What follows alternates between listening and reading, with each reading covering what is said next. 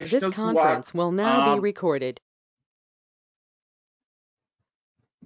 first of all, I want to thank Teach You Academy very much for inviting me once again for another interactive session that we are going to take today regarding the OET writing section. And in today's section, we will priorly learn how to paraphrase case notes. Our focus would be upon paraphrasing entirely. And I welcome all the doctors and nurses and all other people who are related to the medical profession and who are uh, trying to make all sorts of effort during this pandemic to help all the race of the Homo sapien to arise out of this pandemic. So I welcome all of you on this platform, Teach You Academy, and today's session is, as I told you even earlier, is going to be a very informative session. And today we are going to learn OET paraphrasing. All of us know how to appear for the OET examination and basically the writing section of OET.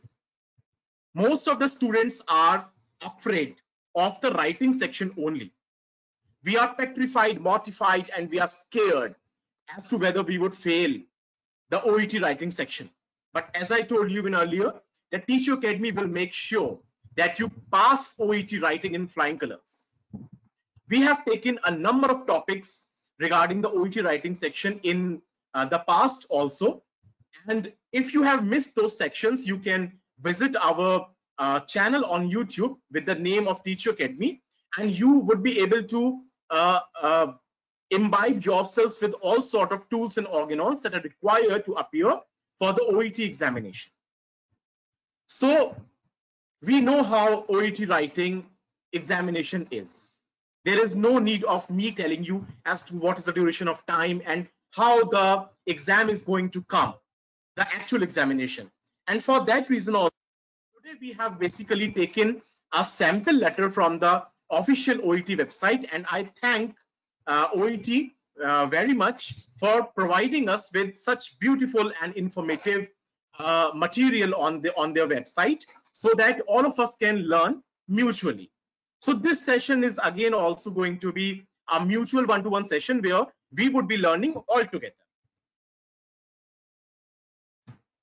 So just following a ritual before starting the session, we have used a copyrighted material from the OET official website, and I am highly thankful to the OET people for providing us with their utmost efforts, toils and moils and endeavors. Thank you very much, OET.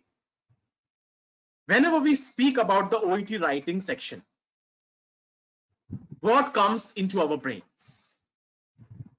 This is the first thing, that we take time. Now, what do we take time for? Whenever an OET examination or case note comes in front of you, what do you see? What is the first thing that you see? The first thing you see is the case note. The case note entirely. We read all the lines and sentences of the case note. So please take time and use a pencil to underline the basic and the most important terms of the case notes. Secondly, understand the situation. Now, what is the situation? A situation comprises of people and conditions. Now, who are the people? The people are we. First of all, we, I, that is maybe the doctor or the nurse. Second, the second person in the situation is our patient. The third person in the situation is the doctor or the nurse to whom we are writing. So in the entire situation, there are three people. Now, who are these three people? Those three people are, first of all, I, who is writing the letter. The second person is my patient. And the third person is the doctor or the nurse to whom I am writing. Now, after you have understood the situation, try to understand your role. Why are you writing and who are you to write? What authority do you have to write? Who gave you the right to write? The fourth thing that you have to see is try to recognize your reader. Who is going to read your letter? This is the most important factor. Whether you are writing to a gynecologist, a pediatrician, a cardiologist, an oculist, a psychiatrist, all doctors and all professions in the medical field are different. A psychiatrist has nothing to do with a gynecologist. So while we are reading the case notes, we have to make sure as to which information has to be given to whom. And this I will show you today. How this is done, I will teach you today. The fifth thing is the urgency of the case. How urgent your writing is and how urgency the concern is to be given to the patient by the person to whom you are writing. The sixth thing is the necessary information, and you only have to put the necessary information in your letter, because your letter demands from you only maximum 200 words and not more than that. So the OET people will try to give you unnecessary information also. In your examination, you will be having 40% of unnecessary information that you have to leave, that you have to quit on your actual letter. So these are the few things that you have to understand. We see these things every day, but we forget them. And if you forget them, make sure that you are going to fail the OET examination. And if you remember all these 6 aspects, make sure that you are going to pass the exam. So first of all, you have to use the names and addresses given in the case notes. You don't have to use any other name or address apart from those given as in the case notes. The next thing is, do not use the chunks from the case notes. Do not just pick up things and put them in your letter. You don't have to do that. And this is why today's session is exclusively about paraphrasing. And do not include everything. You would be given a lot of things, but you do not have to include everything. You have to understand as to what is necessary and what is unnecessary. So please, I request you, try to understand and recognize as to what is necessary and what is unnecessary. So please include only the necessary aspect of the case note. Do not include everything. You have to leave 40% of the case note. This is what is actually going to be checked in your letter, whether you left the unnecessary thing or not, because everybody can write a letter. Any person on this planet can write a letter. An educated person can write a letter. But what do we do in a letter? We put unnecessary things. So try to put only the necessary things. That is called as wisdom. And a doctor should be should have wisdom. A doctor or a nurse should be wise enough when it comes to writing. Let us proceed ahead. Use your own words as far as possible. Of course, there are certain words that you cannot replace, like the names of the diseases and medicines, but you can use a number of connectors, and we have taken a number of classes regarding connectors in our previous sections also. So please make sure to use your own words, and for this you can take help from the YouTube channel of Teacher Academy, where we have tried to put in information regarding how to use your own words, how to transform an active voice into a passive voice, and vice versa. We have tried to teach you everything.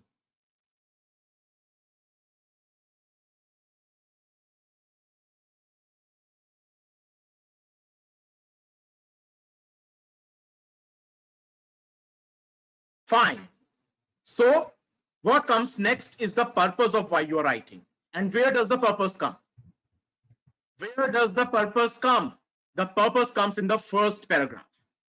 So in the first paragraph, you have to write that what happened today. When the patient came to you, what happened? What did the patient say to you? What happened to the patient that he came to you? He or she came to you. So that purpose you have to put in the first paragraph. And your purpose of writing should be immediately identifiable as to why you are writing. What is the purpose that you are writing? The next thing is content of your letter. There should be only key information. You would be given a number of diseases, a number of medical history of the patient, but you do not have to put all the history in your letter. Just put the relevant history and the most recent history of the patient. For example, suppose if a patient comes to you today and the patient has been suffering from a number of diseases since the last for the last say 20 years or 30 years or 10 years. So you try to put only the name of those diseases and the drugs that your patient is taking, which are relevant to your doctor. I mean, to the person to whom you are writing. And what the reader should know.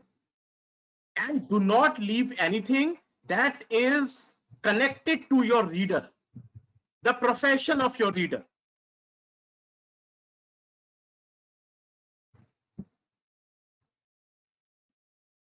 Next, your letter should be concise. I told you that there would be a number of information given in your case note, but your letter should be of maximum 200 words and in fact lesser than 200 words. So you should be very concise and clear. Be clear. Your message should be clear. Do not just wrap your words into unclear messages. Your layout, your paraphrasing, you know that. You know that very well. First of all, you put the name of the doctor and the address of the doctor, then the date, then why you are writing, reference, and so on. This we will see very soon. Next comes the language. We have taken a number of sessions previously on the language regarding tenses, connectors, subject-verb agreement, punctuations, the active passive voice, the articles. If you missed out those, you can watch them on our YouTube channel. So language is another parameter that forms a very crucial role when it comes to writing an OET letter. So now let us come to an actual letter from the official OET website. If you are here on this platform and you are attending this session, do not leave the session midway, because today's session is going to be a very fruitful session for all of you, and there is so much to learn. And the information that I just shared with you, I will show you how to apply it. We at Teach You Academy comes with proof. Nothing is without proof. We prove to you that whatever we are saying is true. So here, let's come to a medical sample letter. This is from the official OET website. And this is our letter. So this is a letter regarding a patient who is known by the name Ann Hall, and they have given in the bracket Miss. This means that she is unmarried, either unmarried or a divorcee. Her date of birth has been given, height, weight, and BMI are also given. So just look in the first 3 lines. In the first 3 lines, the name of the patient is important for you, because you have to write the name of your patient again and again. The date of birth is important because you have to write it in the first 2 or 3 lines of your letter. Height and weight you can leave. This is unnecessary information. Height and weight is unnecessary, but BMI is necessary. So you can refer the BMI in your letter, but leave the height and the weight. Because if BMI is given, there is nothing to do with the height and the weight. Next, social history is given. So she's a teacher and non-smoker and social drinker and divorced. So we do not have to mention that she has been divorced and how many children does she have. No need to mention. We do not have to go in the personal life of our patient. We have to come to only the medical aspects and the medical history of the patient. So in the social history, we have to recognize what is necessary and unnecessary. So what is necessary in the social history? That she is a teacher, non-smoker and social drinker. But Do not mention that she is a divorcee. You do not have to make personal remarks about your patient. And do not mention as to how many children does she have, because this has nothing to do with the doctor to whom you are writing. Substance intake nil. This can also be left, because had she been taking any sort of substances, we would have mentioned. Allergies. Now allergies, she is allergic to codeine, dust mites, and sulfur dioxide.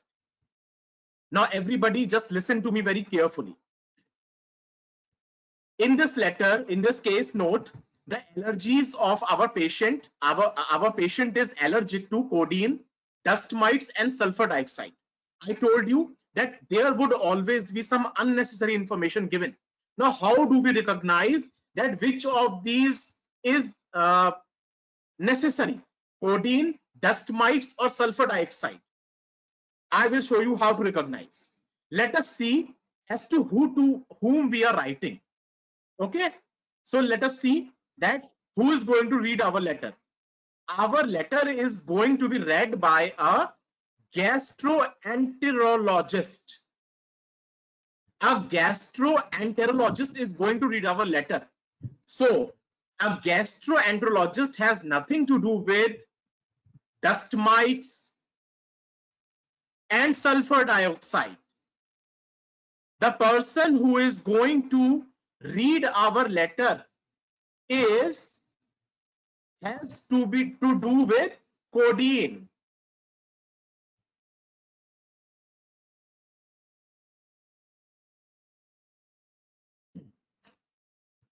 So when you mention allergies in your letter, mention only codeine, and you can leave dust mites and sulfur dioxide. Now comes the family history. The family history. Now, can I ask one of you to unmute yourself and tell me as to what is necessary in family history?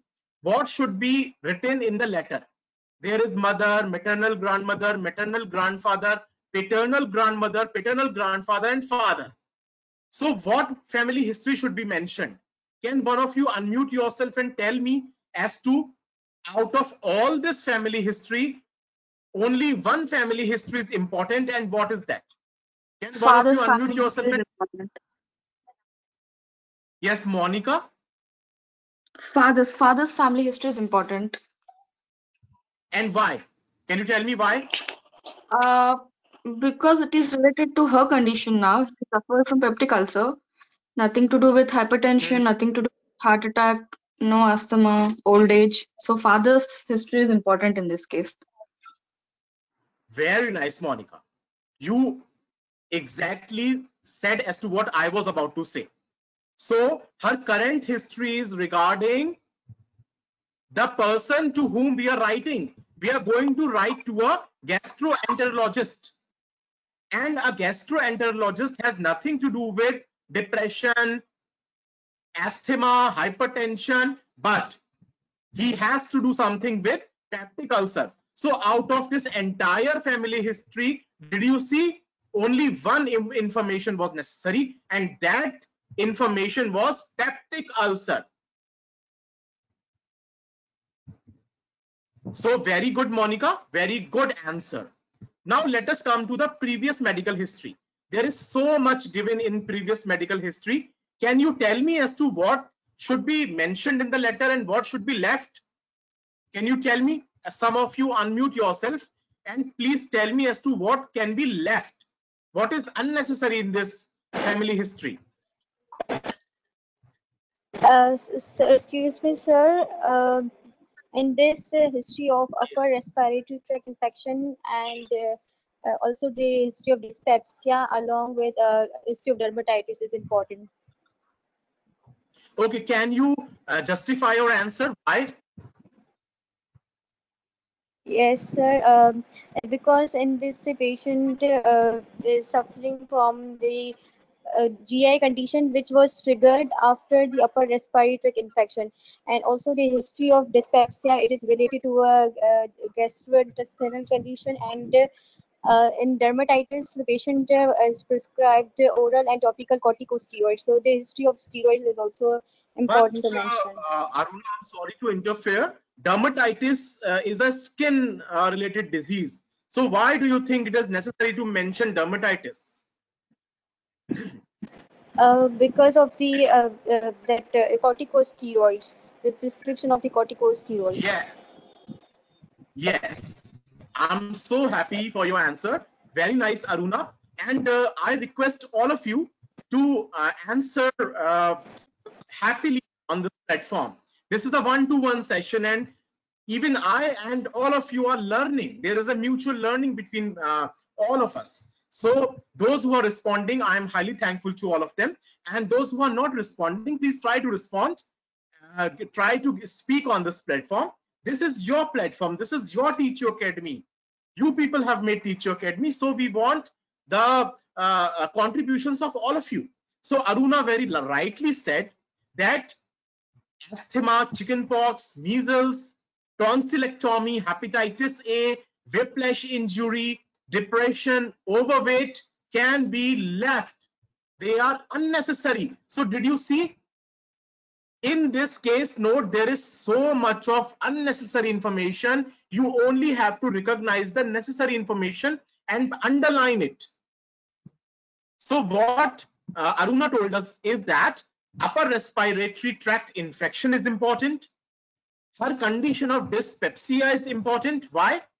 Because dyspepsia is related to something regarding the stomach, a disease regarding the stomach. And dermatitis is also important. Why?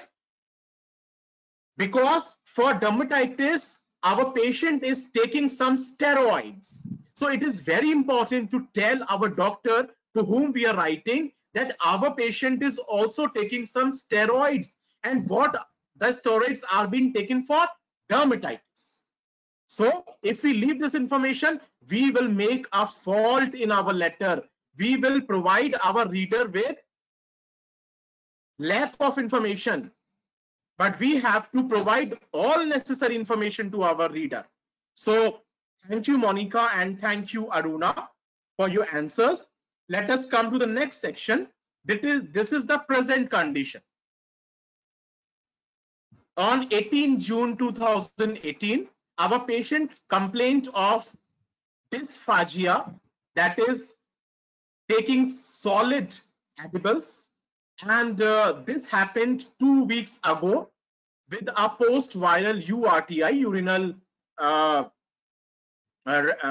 upper respiratory tract infection regarding that. And she has self-medicated herself with over-the-counter Chinese herbal products. There has been no relapse or remittent course. There have been no lumps, anxiety, but there has been epigastric pain radiating to back at a level of T12 and a weight loss of 1 to 2 kgs. Our patient has also consumed a lot of coffee in the past few days, and she takes 2 or 3 aspirins per month, but no other NSAIDs. And the provisional diagnosis says that our patient is suffering from gastroesophageal reflux plus minus stricture. So this entire paragraph is necessary. This entire piece of case note is important. You cannot leave anything. You cannot leave anything because this happened today. And our patient told us all this today, so you cannot leave anything out of this. And this is the plan as to what you have planned for your patient. And now this is our writing task. So using all this information, now we have recognized what was necessary and what was unnecessary. So we will make use of the necessary information in our words. And in only 180 to 200 words, we will write a letter. But today I will show you as to how OET has given their answer and how we also could have written the same answer. The same answer. Because I promised you that Teach You Academy promises and tries to prove you that whatever we are telling you is true. And it comes with a proof. So now let us see as to how it has been written. So our letter starts somewhat like this. The name of the Dr. Jason Roberts, the address, date, dear Dr. Roberts, and then reference, the name of our patient, and we have also mentioned Miss. Now we did not mention that whether she is the divorcee, she married or not married, or is in a live-in relationship or blah blah blah. That was useless. And we mentioned her date of birth also, so that our reader knows as to of which generation our patient belongs to. Now the first paragraph. The first paragraph should give a purpose of writing. The purpose. So thank you for seeing Miss Hall. Now did you see after Miss there has no full stop? In one of my sessions I told you this, that was a session regarding punctuations. If you missed that session, please go to our YouTube channel and watch my video on punctuation marks, where to put a full stop, comma, semicolon, exclamation mark, colon, and other features of punctuation marks. So we haven't put a dot after MS, and if you want to know the reason, you can go to that video. A 45-year-old secondary school teacher. Now, did you see we have mentioned her profession, but we haven't mentioned as to what subjects does she teach and how many children does she have. Who presented today with a 2-week history of gastroesophageal reflux with possible stricture. I am referring Miss Hall to you for further investigation and endoscopy if required. So this was given here in the plan. So we made use of the first piece of case note and the last piece of case note, that refer gastroenterologist for opinion and endoscopy if required. Okay. Now let us look at our second paragraph. The second paragraph is regarding the present conditions.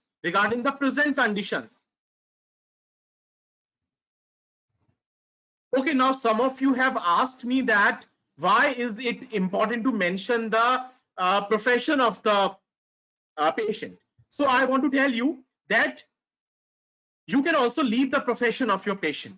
But if you mention the profession of your patient, the doctor or the nurse who is going to read your letter comes to know as to what is the social background of your patient. What time does she devote to her profession? What is her profession? Is her profession sedentary, moving? What lifestyle does she accompany? What are the brains your patient is dealing with? Is she a broker, a doctor, a lawyer? So that this is important because this shows as to what is the daily routine of your patient. What does your patient do? So this is why we have mentioned it over here. She is a 45-year-old secondary school teacher. This means that your patient is an educated person, and this also tries to give an insight to your reader as to what part of her day does she contribute to her profession and how noble her profession is and what sort of a profession it is. It is sedentary or it is an active lifestyle. What are the people she deals with? So all sorts of information have been given in only these 3 words: secondary school teacher. Instead of writing a lot of information regarding your patient, only these 3 words have given us background of your patient. The person who is reading your letter should also know as to who Miss Hall is. What does she do? Is she even doing something or not? Is she financially dependent on somebody, or she's financially independent? So with only these 3 words, that is secondary school teacher, a number of information you have given. You have given a number of information. Fine. So now let us come to our second paragraph, which regards to the present condition of your patient. We have tried to include all the information that was here. Just see this information. The information on 18 June 2018. You can read it. We haven't left any information. We have tried to provide all the information in our letter.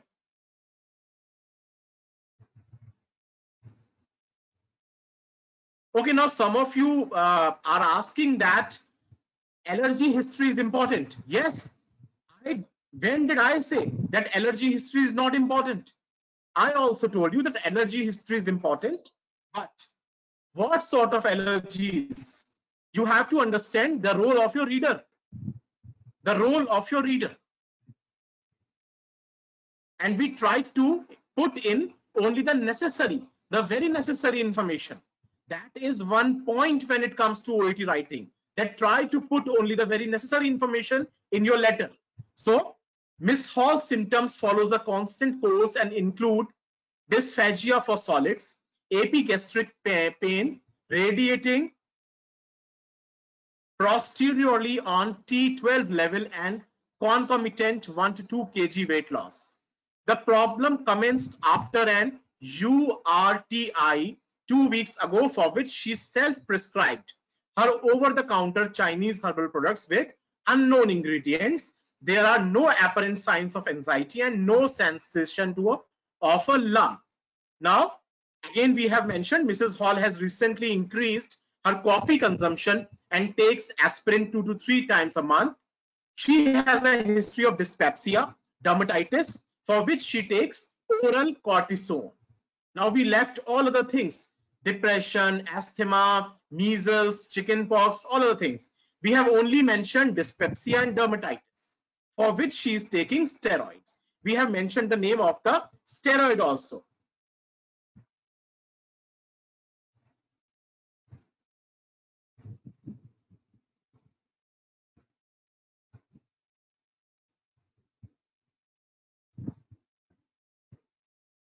Her BMI is currently 28.2. So we have left her height and weight, but we mentioned her BMI.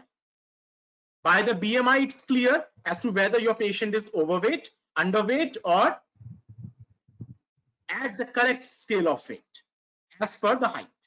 So now this is the plan. I have recommended that Miss Hall reduces her coffee and alcohol intake and immediately stops taking the over-the-counter product.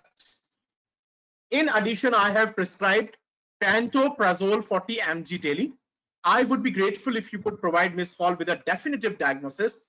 If you require any further information, please do not hesitate to contact me. So here we have put in only the important information. Yes, brackets are allowed. Brackets are allowed. That this is why we have taken an official OET letter, so that you understand that these things are allowed here. Try to understand as to where punctuation marks have been put. Try to understand these things. Now see, we left all these chunks. We haven't put chunks. We have left all these chunks. 1983, 1990, 1995. We have left years. We have only mentioned the name of diseases that were only very important. That is dermatitis and dyspepsia and URTI. That is it. Nothing more than that. So this official letter, OET letter, has shown us today how to write properly an OET letter, what information to leave and what information to put in properly. I hope that you enjoyed today's session, and it would have been a very informative session for all of you. You would have learned a lot through this session, and I request all of you that please try to exercise more on your own. Try to write your letters, and you can send your letters to us also for a check. We are providing services to check your sample letters by English experts and OET experts, the grammar experts and the medical experts, to inculcate with you with all sorts of information. With this notion, I want to take a leave. Thank you very much. Thank you, Teacher Academy, for your time and providing to us with this platform. Thank you very much, all of you. All right. Thank you, Mr. Manoj. Very, very helpful session, like always. Guys, I just wanted to quickly mention, just remember that this is an English exam. and this is not a medical exam, the level of clinical diagnosis and the level of clinical experience that they need from you is very, very simplistic. So if you feel like you're thinking a bit too much, because we've actually had people who've thought that we should probably include a history of chickenpox because they might have neurological manifestations from recovering from a varicella, and hence the patient developed dysphagia. Um, if you think that you're thinking a bit too much or you're using very, very advanced medical knowledge on your OET writing, you're probably doing something wrong.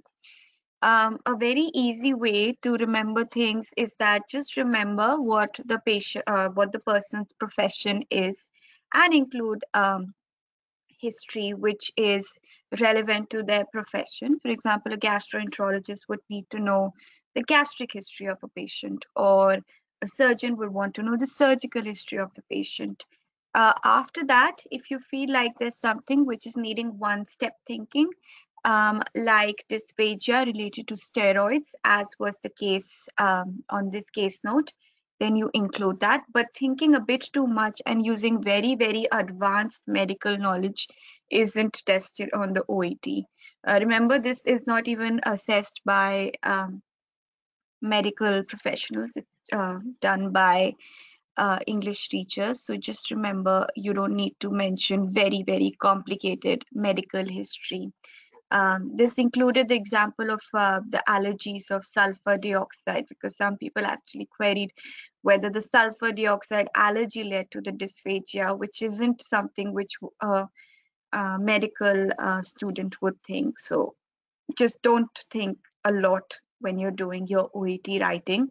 Remember, if your grammar is good, your commas are at the right place, your spellings are right, you're paraphrasing things correctly, you should be able to pass. This is not a medical knowledge question.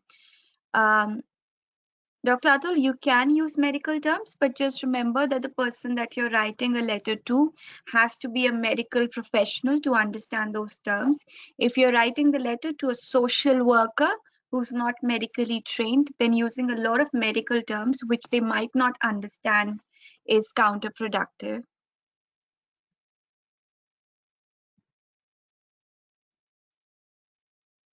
HM, so we've discussed this before as well. If you're writing a letter to a GP who is the primary doctor of a patient, mentioning the whole drug history isn't important, because they probably know more about the drug or medical history of the patient than you do. But yes, if you're transferring a patient to someone else, and they are going to become the patient's primary doctor now, they need to know about the whole medication history. Similarly, if it's a discharge letter and you've admitted the patient to your hospital for some period of time, and you've made a few medication changes and now they're going back to their regular doctor, then mentioning about drug changes is quite important. Dr. HM, so there might be a lot of medicines in your task, but please understand how much your audience already knows.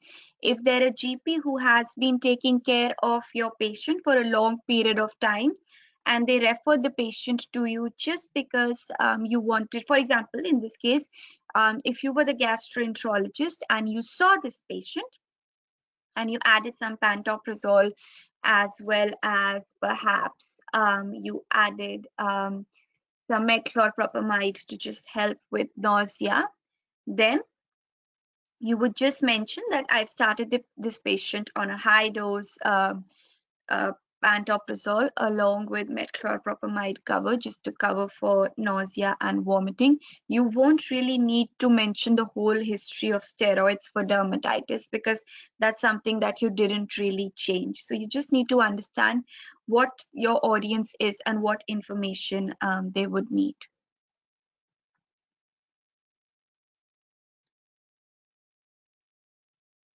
Dr. Atul, we've already covered about the tenses to be used in clinical examination. So if you go to our YouTube channel, this was all covered before. The YouTube channel actually is by the name of Teach You Academy, and we've covered all the tenses along with a cheat sheet about how to write about it. Go and try that.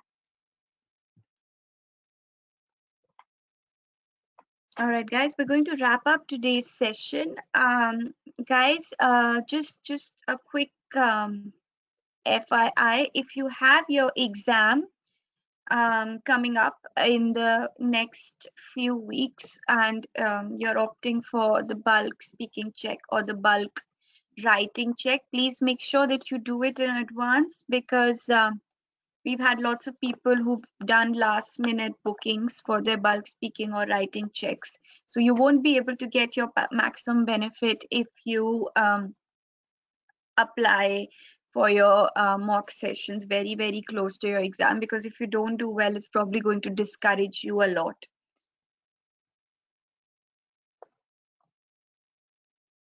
So when you're writing the letter for a specialist doctor, this was covered before. If you go to our YouTube channel again, there is a lecture which was just done for specialist referrals. So you need to understand what is the kind of referral that you're writing.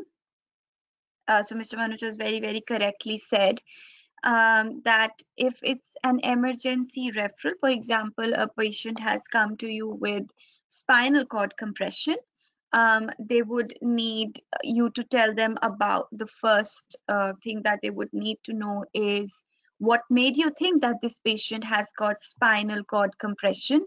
What was the visit which prompted you to make this urgent emergency referral? So that's going to be your sort of starting of your letter, and then you'll move on to things like the past medical history or the medication history or the allergy history for your patient. So it just depends upon what is important for your audience. Guys, just treat it like a common medical handover that you do every day. If you're presenting a patient to your consultant and they've come in the emergency department, your consultant is going to ask for certain things at the start. So just use common sense when you're doing your OET writing, and that should sort you out. For people who want to book the mock test, if you just go to our website, it's by the name of www.teachyouracademy.com. You should be able to book both your speaking mocks as well as your writing mocks. We are going to be prioritizing people who have their exams coming up in the next 2 weeks, because we'll be conducting back-to-back sessions for them. So if you have your exam coming up quite soon, would strongly encourage that you book at least a week in advance so that you're able to make the best use out of the mock test. Dr. HM, we have covered how to get a high score in reading part A. So if you go to Teach Your Academy, the YouTube channel, you should be able to get a lot of guidance as to how to approach each part on your reading.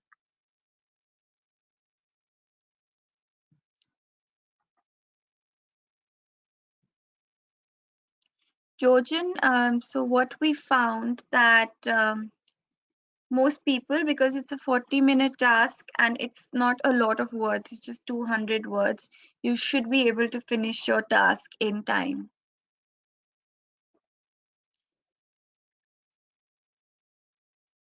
Tabuya, if you're asking about the Teach Your mock exams, so the speaking can be conducted either on the GoToMeeting app or on your WhatsApp, depending upon whatever availability you have. And we've got Zoom for countries which do not have GoToMeeting. what we can do sometimes for people who don't have access to a laptop and they're not able to type their letters, we sometimes do prioritize them. So if you make a request that you want to send in a handwritten letter, that's only done for people who don't have laptops or they don't have a computer.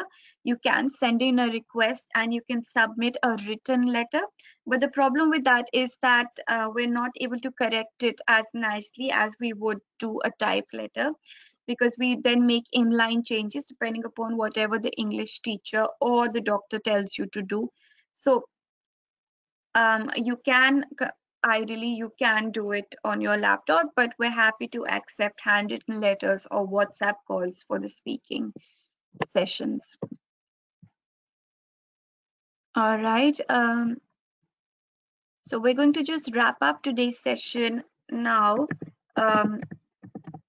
Hopefully everyone who's got their exam quite soon, they do very well. Just make sure that you have a clear mind when you're doing your actual exam. And guys, please make sure, lots of people keep asking for material and free material, and they want to collect lots and lots of material, and they try and do it right before their exam, and then you collect material from a number of sources, and right before your exam, the night before the exam, you start going through that material. It's going to make you extremely nervous, and it's going to confuse you.